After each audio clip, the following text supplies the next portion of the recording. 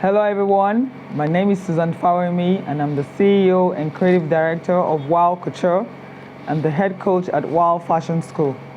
Today I'll be talking about fitting of an outfit. Now a lot of people have the challenges of trying to make a well-fitted outfit, and it's because most of them are not using some of the techniques I'm going to share with you today. Now, to make a well-fitted outfit, you must consider a lot of things. Now, the first thing you need to consider is the body structure of the person. In cutting and sewing, we have some basic things that we do. But when someone's structure of the body has come up from that basic feel, then you need to adjust while you cut, so that it will suit the person. For example, when shaping a dress for a fat person that has a big tummy, the half length that is normally used, especially at the side, you take it up a bit, so that when you shape, because the natural waistliner has moved up towards the underbust level. So to successfully give that outfit a better fit for that person, you move your shape up, even though your half length remains where it is. I'll be illustrating for you to understand what I'm actually talking about. Then measurement. Taking the right measurement can do wonders to your outfit. And where you take the measurement from. I see a lot of people make the mistake of taking the measurement from this point. It's totally wrong. When taking measurement, you need to take the measurement from the highest point of your neck, where your neck ends. That point, now look at where I'm pointing. Here, you take the measurement to get all your vertical measurement. Then on your horizontal measurements, you take it at the right point so that you can achieve a whole lot. Now, another technique that can be used is contouring method. When you don't contour rightly, you tend to lose the fit of the outfit. Then your dart, taking the right dart and sewing it properly also helps you to fit the outfit properly. Then another thing that a lot of tailors do is not remeasuring your outfit after you're done sewing. It doesn't cost anything to put your tape and measure your bust, your waist, your hip, to confirm that what the tailor has done, or the tailor himself doing it, to confirm that all those measurements are what was given. Then another thing that can ruin an outfit is the length. If you use wrong length, especially when it's short, it ruins the outfit, especially when there's some outlines like A-line. 6 pieces can flow a bit, but like if you're doing an A-line dress and it's short, it destroys the fitting of that outfit. So with all what I've said, I'll be showing you so that you understand where I'm coming from. Now, I'll be measuring. For example, I noticed that especially when you're doing freehand. Now let me illustrate. Now this is startup line.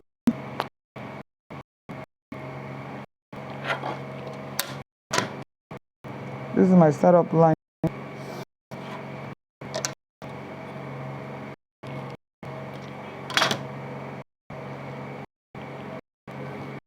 Wow.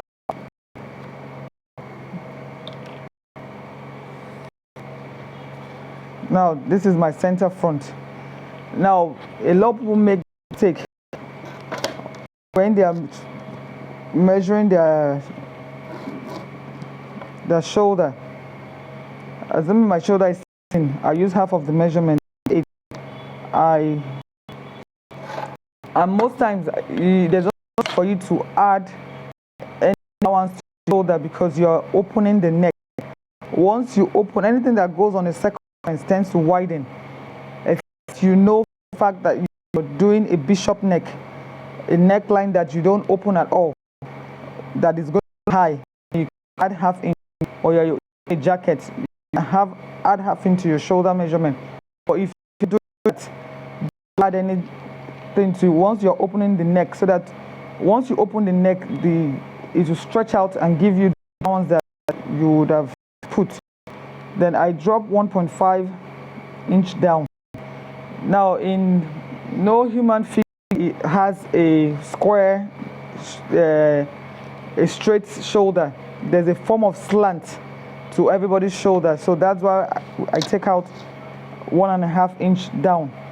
Then you measure the person's neck, the neckline, before you cut your neck. Now, assuming this person's neckline is maybe 15, I'll divide by 6 so I can get my circumference. Divide by 6, I will get like point about. I mark. Now, the mistake a lot of people do is drawing their neckline first before slanting. This is wrong. What this will do to you, that it will make your outfit to gape at the neckline. So what you need to do is, first of all, connect the neck to the shoulder, the actual neckline to the shoulder first, before you draw your neck. So you see that, look at some values that was added when I did it before I drew my to my actual neckline. So once you do this and you get your neckline, you're on point. Then let me go further. This is like a princess cut that I'm trying to do. I do get my, okay, let me just assume this is what it looks like.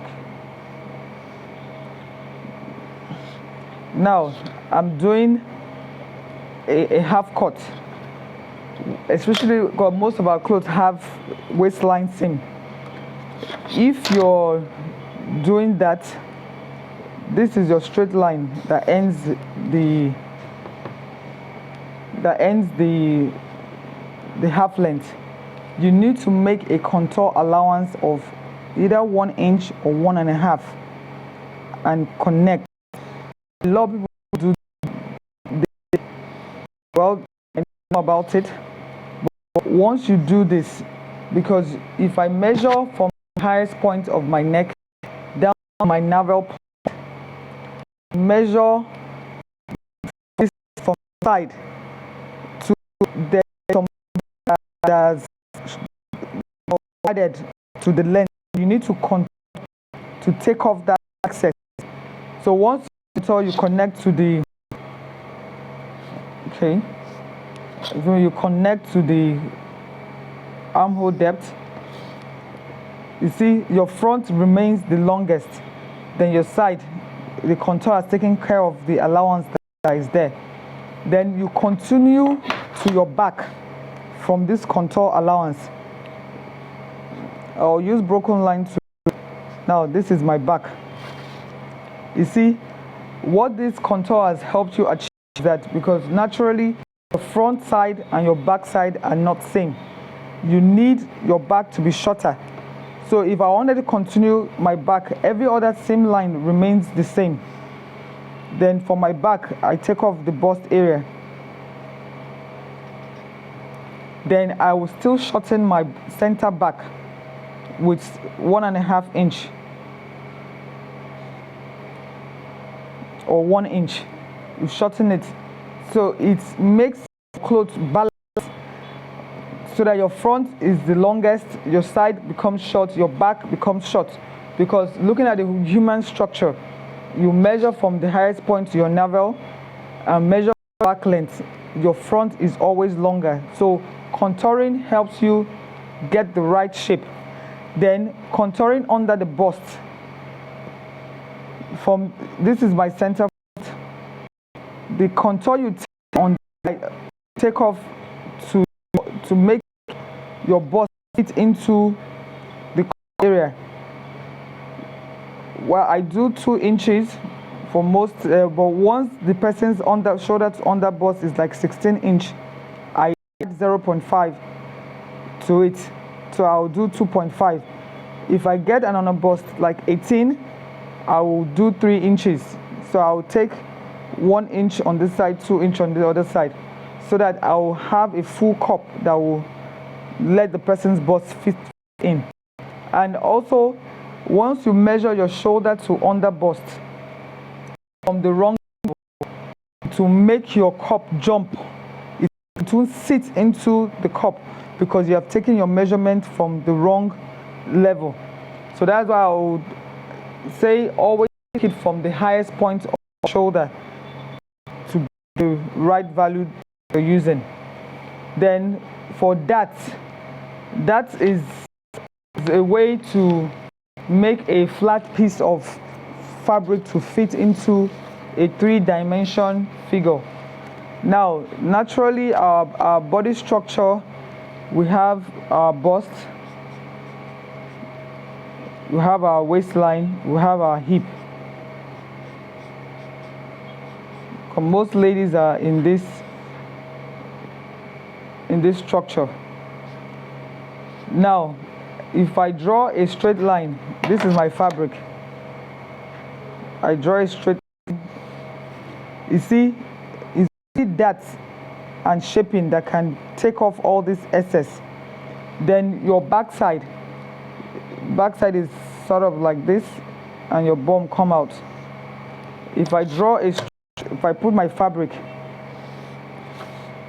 this is your waist from the backside.